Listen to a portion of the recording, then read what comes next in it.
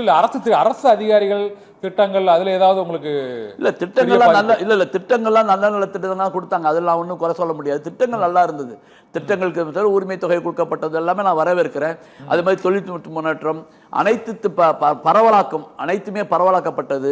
யாருக்கும் எது கிடைக்கவில்லை என்றது, சாதிய முறையில் வன்கொடுமைகள் இல்லாமல் இருந்தது, மக்களுக்கு மதச்சார்பற்ற ஆட்சியை கொடுத்தது, இதெல்லாம் வரவேற்கிறேன். ஆனால் அது மக்கள்கிட்ட போய் ரீச் ஆகணுமே, அதுக்கு எது இடையூறாக இருந்தது நீங்கள் கண்டுபிடிக்க தவறிட்டீங்களே.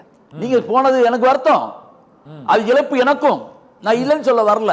ஆனால் அதை தக்க வைத்துக்கூடிய பொறுப்பு திமுகவுக்கு உண்டு. அதில் தவறிவிட்டது என்பதுதான் என்னுடைய கருத்து. அந்த வருத்தத்தில் தான் பதிவு வைக்கணும். இப்போ ஒரு 1000 வாக்குகள் தான் ஒரு 23 தொகுதிகளில் தமிழக வெற்றி கழகம் முன்னிலை வைப்பதாக தகவல் வந்திருக்கிறது. இதனால் இப்போது 110 112 110 தமிழக வெற்றி கழகத்தில் அந்த முன்னிலை நிலவரம் குறைந்திருக்கிறது. நீங்க நிஜாமுதீன் சார், தொங்கு சட்டமன்றம் ஏற்படுவதற்கான வாய்ப்புகள் இருக்குதா நினைக்கிறீங்களா? அப்படி இருந்தால் என்ன நடக்கும் தமிழ்நாட்டில் சொல்லுங்க. இல்லை, தொங்கு சட்டமன்றம்ல காலையிலேருந்து 59 தொகுதியை பெற்றிருந்த 60 தொகுதியை பெற்றிருந்த திமுக ஒன்று ஒன்றா குறைஞ்சிக்கிட்ட இன்னைக்கு 52 நிற்கிது. அதே மாதிரி அதிமுக ஏறி இறங்கிட்டு இருக்குது. தாவேக்கா ஸ்லோவாக இதுக்கு மேலே ஏறிக்கிட்டே தான் வருது. இப்போ கிட்டத்தட்ட 108 தொகுதி வந்தால் போதும் என்ற நிலையில் இருந்து கொண்டிருக்கிறது. அப்படி இருந்தால் கூட மிகப்பெரிய தொங்கு சட்டமன்றம் அமையுமா என்று சொன்னால், திராவிட முன்னேற்ற கழகம் சென்ற ஆட்சியில் அவர்களுடைய ஆட்சியில் 92 சீட்டை வைத்து ஆட்சி கொடுத்து கொண்டிருந்தாங்க மைனாரிட்டி கவர்மெண்ட் என்று. நிச்சயமாக தமாக உடனே ஒடியாருவாங்க. அதே மாதிரி சிறு சிறு கட்சிகள், கம்யூனிஸ்ட் கட்சிகள் ஒடியாரும். ஏற்கனவே சொல்லிட்டு இருக்காங்க, கம்யூனிஸ்ட் கட்சி நேற்றே டிக்ளேர் பண்ணிட்டாங்க. 2 கம்யூனிஸ்ட் கட்சி டிக்ளேர் பண்ணியாச்சு, வைகோ டிக்ளேர் பண்ணிட்டாரு. இப்படி எல்லாமே நடந்துகிட்டு இருக்கு. அப்படி இருக்கக்கூடிய சூழ்நிலையில் சிறு சிறு கட்சிகள் ஒடியாந்து ஆட்சி அமைப்பதற்கு ஆதரவு கொடுத்துருவாங்க. பெரிய தொங்கு சட்டமன்றம் தான், ஆனால் பெரிய அளவுக்கு மிரட்டி சாதிக்கக்கூடிய அளவுக்கு தொங்கு சட்டமன்றமாக இருக்காது என்று கருதுகிறேன்.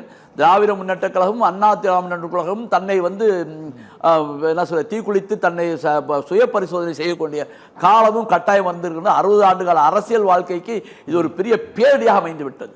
தொடர்ந்து விஜய் அவர்கள் நல்லாட்சி கொடுத்தால் சரி, ஆனால் அதுவே சினிமா பாணியில் போய்விட்டால் நல்லாட்சி கொடுக்க வேண்டும் என்ற வாழ்த்துக்கள் பாராட்டுக்களும் கொடுக்கிறோம். அதே நேரத்தில் அவர்கள் நிலைநிறுத்தி வைப்பார்களா என்ற பார்க்கணும். ஏன்னா கீழே உள்ள ஆள்லாம் எப்படி இருக்காங்கன்னு பார்க்கணும். மற்ற ஊழல் குற்றச்சாட்டு ஏற்கனவே அங்கே போய் சேர்ந்து இருக்கிறாங்க. ஸோ அதையெல்லாம் நம்பிக்கிட்டே செல்லாமல் அவர் என்ன சொன்னாரோ அதை செய்ய வேண்டும். இல்லை என்று சொன்னால் உங்களுக்கு இதே ரிசல்ட் அடுத்த தேர்தலில் கிடைக்கும். நிஜாமுதீன் சார், நீங்கள் சொன்னது நம்ம திமுக செய்தி தொடர்பாளர் ரஜினிகிட்ட கேட்கலாம்.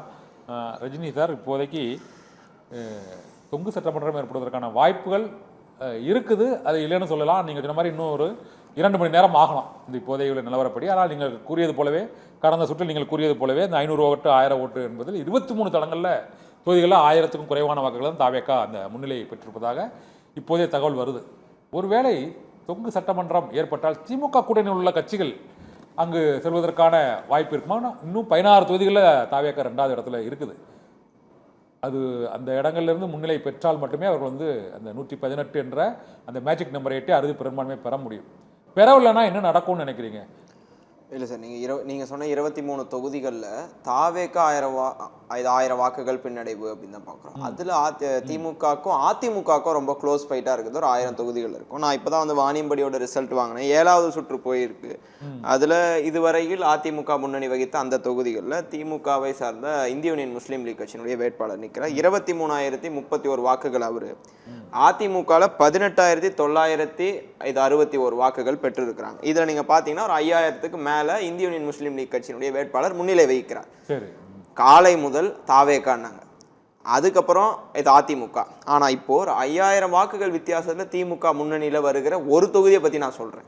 இப்போ இன்னும் நம்ம வெயிட் பண்ணி பார்த்தா நீங்கள் 1000 ஓட் டிஃப்ரென்ஸ்னா, நீங்கள் கிராம பகுதியில் இன்டீரியர் பிளேஸுக்கு போனீங்கன்னா அங்கே சின்னம் உதயசூரியனா ரெட்டலையா இதுதாங்க எங்களுக்கு தெரியும். அப்படின்ற பிளேஸுக்கெல்லாம் இன்னும் இந்த சுற்றுக்கள் நம்மை எடுத்து செல்லவில்லை என்பதுதான் இது என்னுடைய பார்வையாக பார்க்குறேன். இன்னும் எடுத்து செல்லுகிற போது அங்கே விழுகிற வாக்குகள், ஏன்னா சார் பயனடைந்தவர்கள் யாரும் நன்றி மறந்திருக்க மாட்டார்கள்.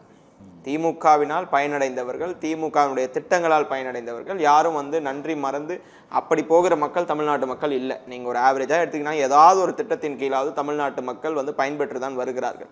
அப்படி பார்க்கும்போது இந்த எலெக்ஷனை பத்திரிகையாளராக இருக்கக்கூடிய நீங்களும் ப்ரெடிக்ட் பண்ணது கடைசி சுற்று வரையில் நம்மை எடுத்து செல்லும்.